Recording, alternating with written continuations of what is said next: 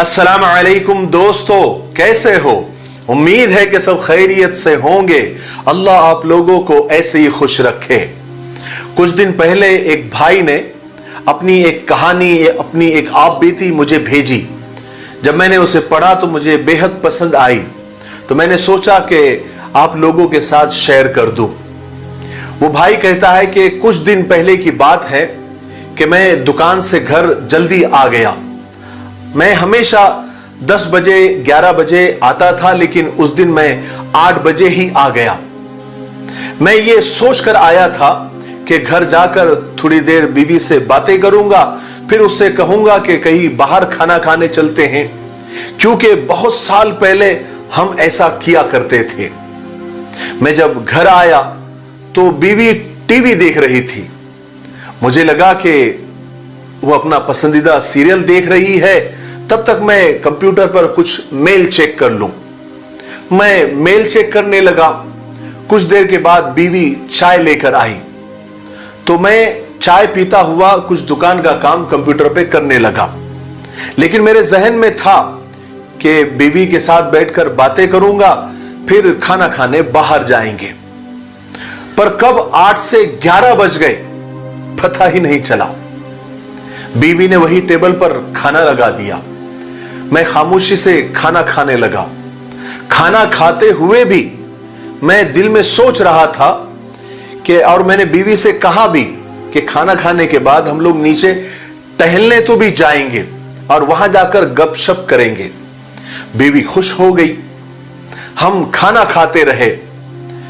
फिर इस दरमियान क्या हुआ कि मेरी पसंद का टीवी शो टीवी पर लग गया और मैं खाना खाते खाते उस प्रोग्राम को देखने लग गया और उसी में खो गया।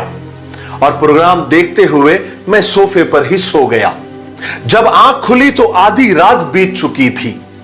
बहुत अफसोस हुआ, क्योंकि दिल में यह सोचकर घर आया था और जल्दी आया था कि जल्दी आने का फायदा उठाते हुए कुछ वक्त अपनी बीवी के साथ गुजारूंगा। पर यहां शाम तो क्या, आधी रात गुजर गई। और ऐसा ही होता है जिंदगी में। हम सोचते कुछ और हैं और होता कुछ और है। हम सोचते हैं कि एक दिन हम जी लेंगे, पर हम कभी नहीं जी पाते। हम सोचते हैं कि एक दिन हम फलाना काम कर लेंगे, पर नहीं कर पाते।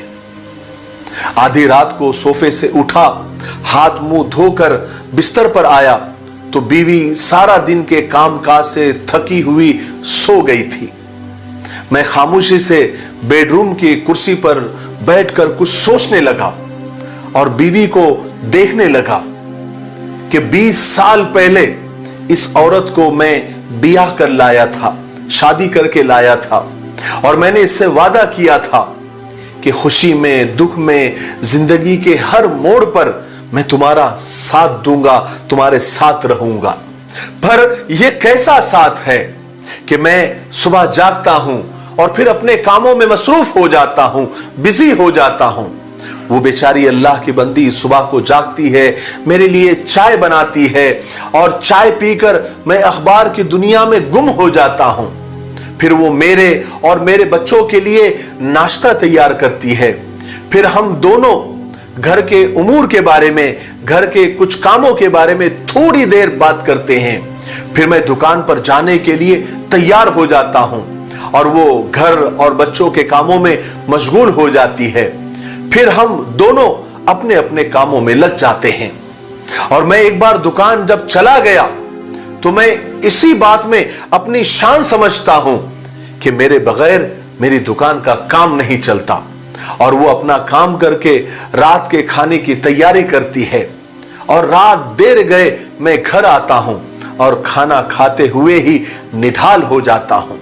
और फिर ऐसे ही एक दिन पूरा गुजर जाता है और ऐसे ही एक एक दिन करके जिंदगी गुजर जाती है जीने की उमंग में।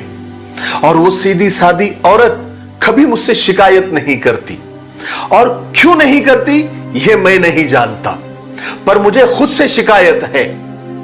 आदमी जिससे सबसे ज्यादा मोहब्बत करता है, सबसे कम उसी की परवाह करता है। क्यों?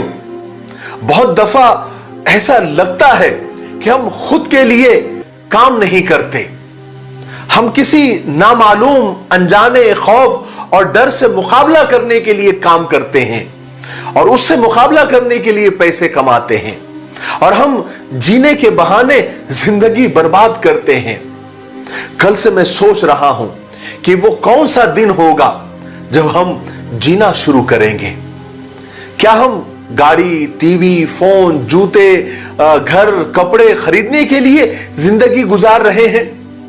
अगर आपके पास थोड़ा सा वक्त है तो बैठकर जरूर सोचिएगा और कोशिश करें कि थोड़ा सा वक्त अपनों के लिए, अपने बीवी बच्चों के लिए, अपने माँ बाप के लिए, अपने रिश्तेदारों के लिए निकालें।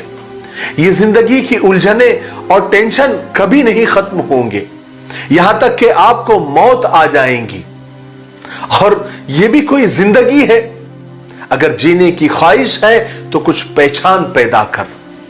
मेरे भाइयों, बुजुर्गों और दोस्तों, किस्मत और बीवी तंग जरूर करती है, लेकिन जब साथ देती है तो जिंदगी पलट देती है।